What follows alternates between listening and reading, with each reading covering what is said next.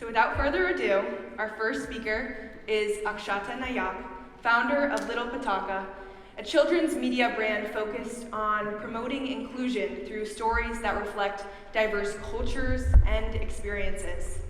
What began as a personal project to help her daughter learn Konkani has grown into a platform that celebrates shared humanity. Originally from Bangalore, India, Akshata moved to the United States in 2003, and she now lives here in Vermont, where she supports women and BIPOC entrepreneurs in launching and growing their ideas.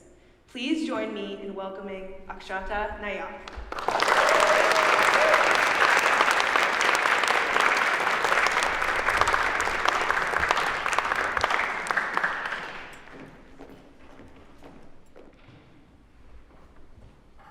Did you have a pet snake growing up?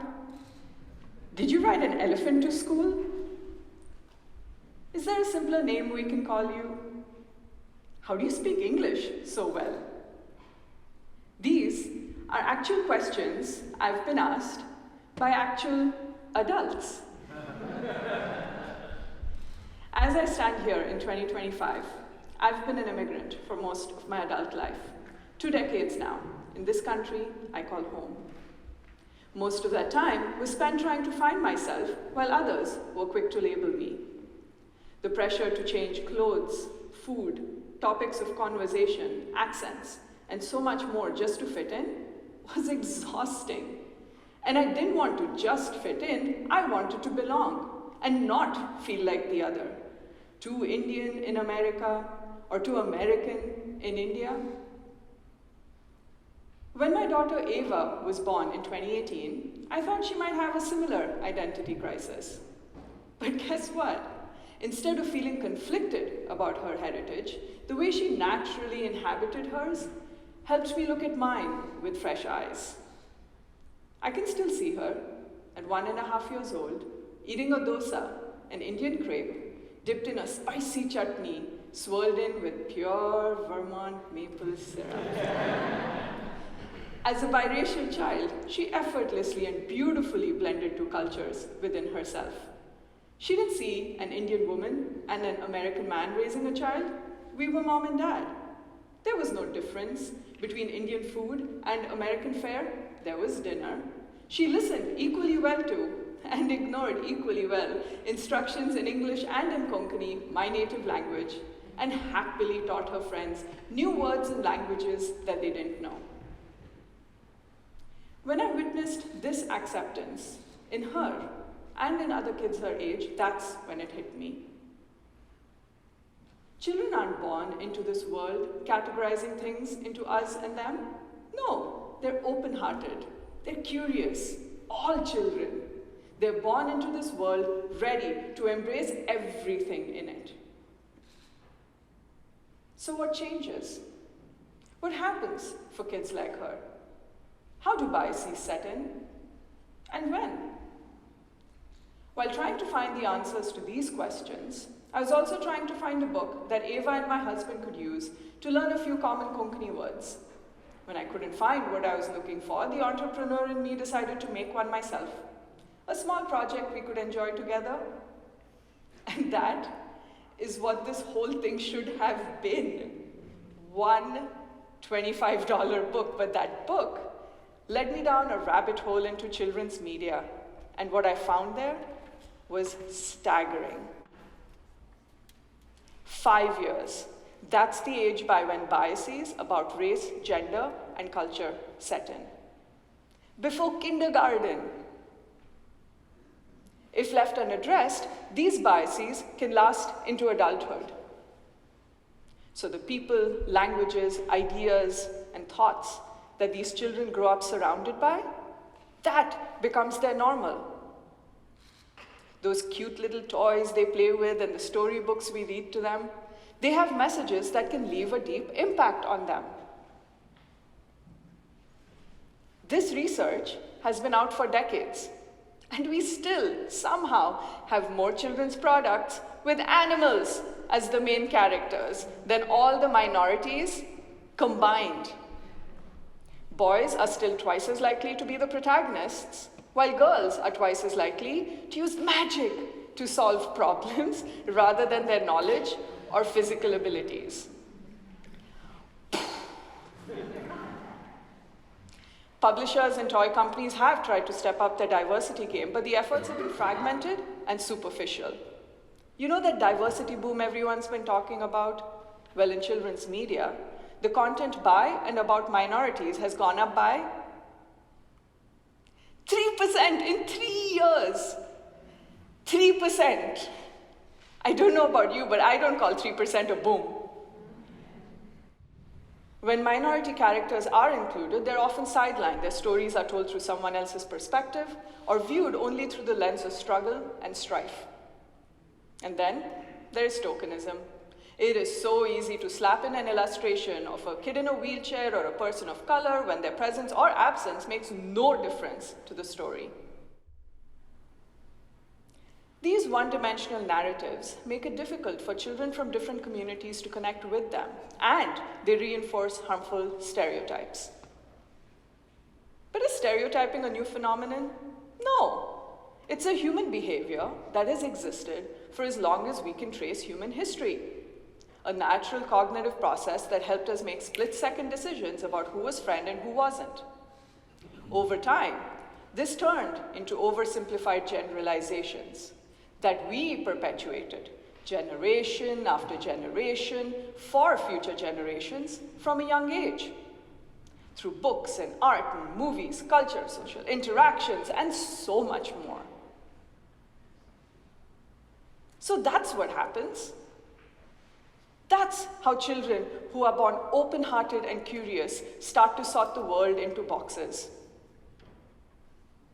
But where there are children, there's always hope, because research also shows that the right messaging can change these attitudes in just a few weeks. Great, how can we do it? Well, something that has received a lot of focus lately are diversity, equity, and inclusion initiatives, DEI initiatives, in workplaces, community spaces, and in schools. So let's understand that a little bit. When DEI initiatives were first introduced decades ago, the goal was clear. Make sure members of marginalized communities were free from discrimination and structural disadvantages, so they had fair access to opportunities. This way, we could create workplaces, community spaces, and schools that truly reflected the society we lived in. For this, we needed policies to dismantle barriers and foster genuine participation, and it worked. We saw and experienced huge wins, even as heroes continued to push forward for more profound change. But when the spotlight really fell on it recently, something started to shift. DEI, in many cases, became more of a branding exercise rather than creating true impact. It became about putting diverse faces on a website, creating training modules, rather than addressing the true underlying cause of inequality. Instead of creating open and honest conversations and safe spaces where everyone could learn, speak, understand, and be understood, it became a minefield. People, even with genuine concerns and questions, were scared to speak up in case they said something even slightly wrong and they could get cancelled. The idea of inclusion became distorted. The core principles were misunderstood and politicized. And now, DEI is a lightning rod. Entire programs are being defunded. Policies are revoked, all with the stroke of a pen. As we see this happening in real time, it begs the question, does the work still matter? And to that, the answer is yes, a resounding yes, because the heroes who've come before us over generations have continued to push boundaries despite all of this noise, evolving again and again to meet the challenges, and now we face it. We can call anything we want it to, but the work is still urgent and it still matters. And given the dismantling of benchmark initiatives, it's going to take all of us working together to make this happen. Because raising open-hearted, confident, and empathetic children isn't about an acronym. Nothing can erase the research that proves early exposure to diverse perspectives can improve critical thinking. And nothing can change the fact that a society free from bias is beneficial to everyone, and not just the marginalized communities. For those of us involved in this work, from the start or more recently, this is our chance to move everybody beyond the buzzwords and into the trenches where we need them. How do we start? How about with a simple question? How many of you here today know a child who's 5 years old or younger, or have known them? Raise your hands. Awesome, quite a few of you. I want you to think about them. I want you to think about how we talk to them. I want you to think about what we don't talk to them about, because we think they're too young or we are uncomfortable. We may not talk about it, but they notice. If we don't actively participate in these conversations, they will passively absorb whatever messages they get from their environment. So we need to help them appreciate, acknowledge that differences exist, but so do similarities, and in much greater numbers. We need to encourage them to ask questions and challenge the way things have been, because even though stereotyping is a part of natural human behavior, we now have the language, the abilities, and the tools to challenge them in ways that we didn't before. And you and I, as customers, we get to let our wallets do the talking. Demand from companies that they make fundamental changes and move away from obsolete ideas. So the next time you're out to buy a gift for that child in your life, I'd like you to stop and think about it. What kind of story do you want to share? Is it one that features animals? Or is it one that features children of all kinds exploring the world and engaging in real, relatable experiences? That's a choice you get to make. See, we've come a long way, but as with all consequential work, we still have a long way to go. The onus is on us, but for the sake of our children, we can and we must make our voices heard. What about that $25 book for Ava? Well, I made that book, but my research into children's media revealed a much deeper problem. And that's how this science nerd with 2 Masters of Science degrees in Biochemistry and Nutrition and a career in healthcare ended up in children's media. Because this work, this movement, it matters for all of us. The problem starts young and early, so can the long-term solution. We've spent such a long time trying to undo adult biases. Wouldn't the simpler solution be just to encourage what naturally comes to children? Their open-heartedness, their curiosity, so that they never lose it? As this iteration of this important work evolves once more, that is the future we can build. It's why I launched Little Patakha. It means little firecracker, and that's what children are, full of potential, needing just a spark of encouragement. It's what I told Ava she was the day that she was born, a little firecracker that would have a huge impact. Inspired by Ava's view of the world, I want Little Patakha to be a model for truly inclusive, fun, and educational products that help kids see limitless possibilities in themselves and in others. I want Ava, and now my son Aaron, to stand rooted in confidence while they see others for their whole true selves. I want them to retain their innate sense of curiosity. I want them to appreciate and acknowledge differences, notice and understand our similarities. I want them to feel like they belong, no matter where they are, and that others belong too, even if they don't think, speak, or look like them. And I want this for every child.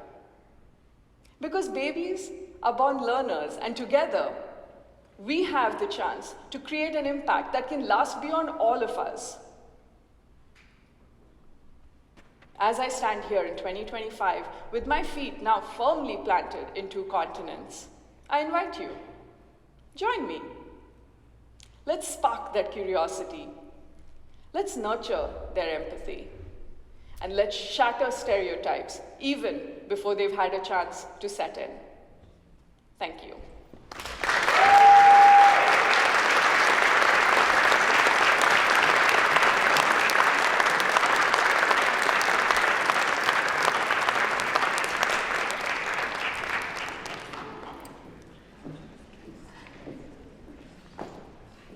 All right, so now we would love to open up the space for any reflections.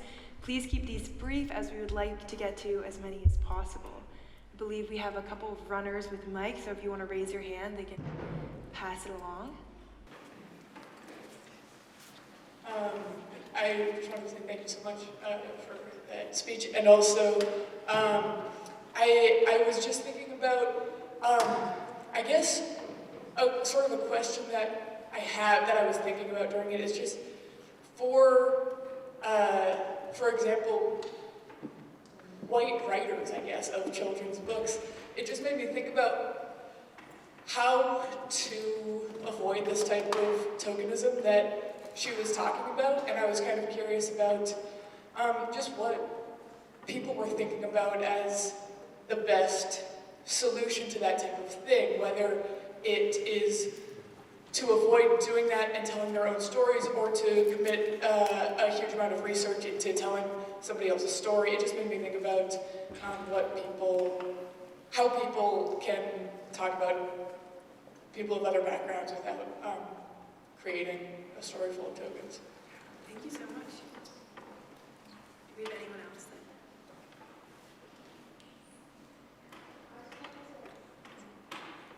I just wanted to make a comment about the last remark about making sure that you make everybody feel that they belong, no matter their race or you can speak or whatever. I thought that stood out for me the most. It was very inspirational. Awesome. Well, thank you so much. Those were great reflections.